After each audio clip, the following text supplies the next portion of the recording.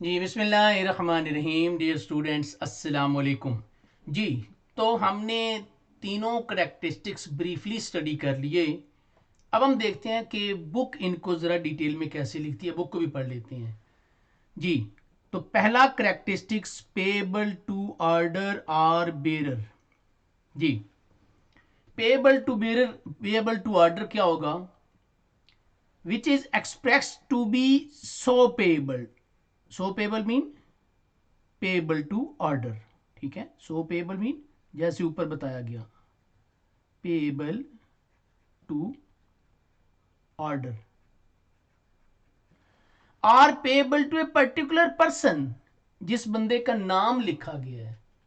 ठीक है, जैसे हमने नाम लिखा था, शायद चलें जो भी साद नाम लिख दिया तो ये, और अगर हमने ये निगोशिएबल इंस्ट्रूमेंट है, प्रोमिसरी नोट, दूसरा बिल ऑफ एक्सचेंज, तो ठीक है। लेकिन अगर चेक है तो फिर बेरर क्रॉस कर दिया तो फिर ये ऑर्डर बन गया। ठीक है, तो ये जनरल करेक्टरिस्टिक्स हैं। चूंकि जैसे फॉर एग्जांपल पे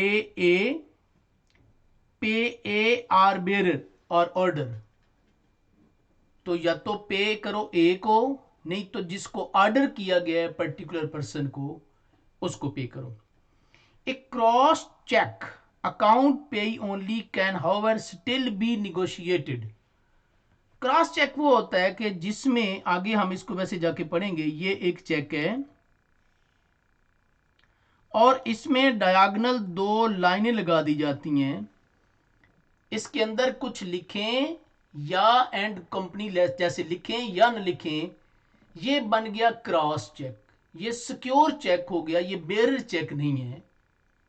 अब ये सिर्फ, ये आपने इसके अंदर कुछ भी लिखा हुआ है, अब ये जिस बंदे का नाम लिखा हुआ है ना, उसके अकाउंट में जमा होगा। ठीक है, आर बेरर कुछ नाम नहीं लिखा हुआ, लेकिन बेरर कटा हुआ भी नहीं है, तो फिर भी ये उस बंदे के होल्डर के अकाउंट में जमा होगा।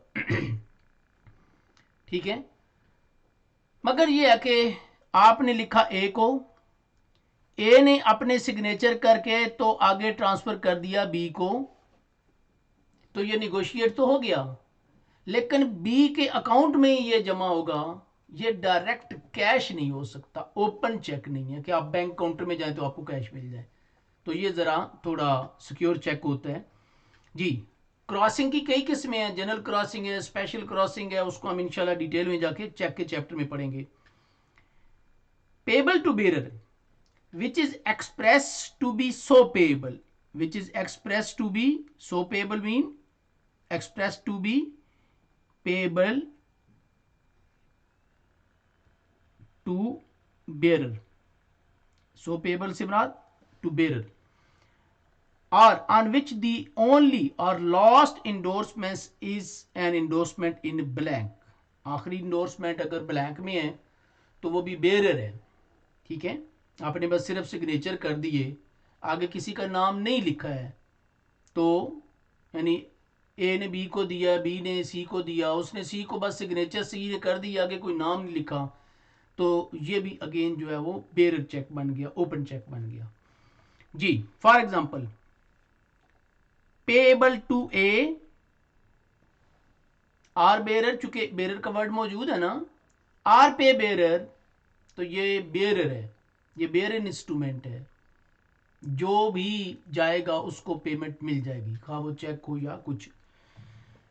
जी, a negotiable instrument may be made payable to two or more person page, एक से ज्यादा पेज को जॉइंटली भी पे किया जा सकता है ना, यानी पे बाबर एंड साद, ये भी हो सकता है, या पे बाबर और सौद किसी एक को पे कर दिया जाए, ये भी पॉसिबल है। एक से ज्यादा पेज भी हो सकते हैं, या one or some of the several page भी हो सकते हैं। Essential characteristics of negotiable instrument, इसमें ये हम पहला अभी पार्ट पढ़ रहे थे, पेएबल टू बेरर और ऑर्डर का।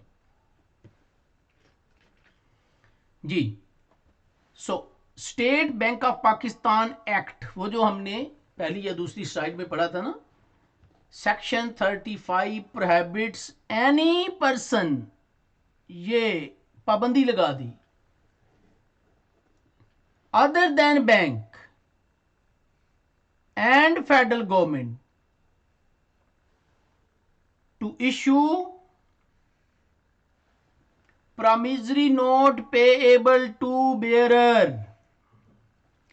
तो इसका मतलब ये है कि स्टेट बैंक ने ये मना कर दिया हुआ है, पाबंदी लगा दी हुई है कि सिवाय बैंक और फेडरल गवर्नमेंट के कोई और promissory note payable to bearer नहीं दे सकता है।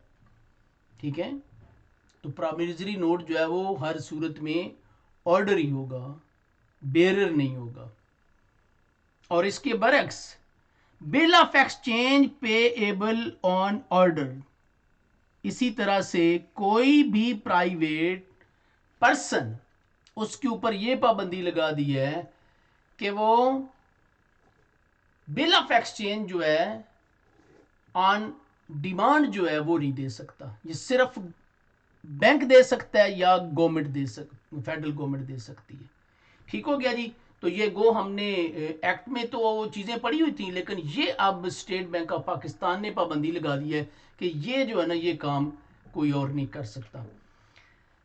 चलें जी, essential characteristics of negotiable instrument. Number 2 characteristic, easy transferability. तो ये जो निगोशिएबल इंस्ट्रूमेंट है ये इजी ट्रांसफरेबल है, कोई सॉरी कोई और चीज इजिली ट्रांसफरेबल नहीं है। आपके पास शेयर्स हैं, क्या वो इजिली ट्रांसफरेबल है? नहीं। उसमें आप स्टॉक एक्सचेंज में जाएंगे 15 दिन लग जाते हैं, इजिली ट्रांसफरेबल नहीं है। ठीक है, और वो टाइम लग जाता है, उसको ट्रांसफर होने में आसान नहीं है।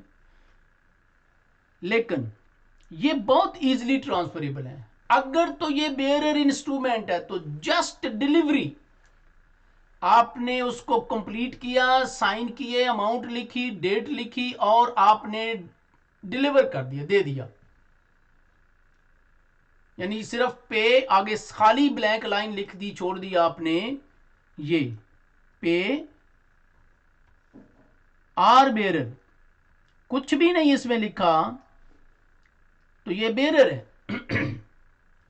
या आपने लिख दिया पे साद आर बेयरर, बेयर तो काटा ही नहीं है ना, फिर भी ये बेयरर है। जस्ट डिलीवरी के ऊपर ये ट्रांसफर हो जाएगा।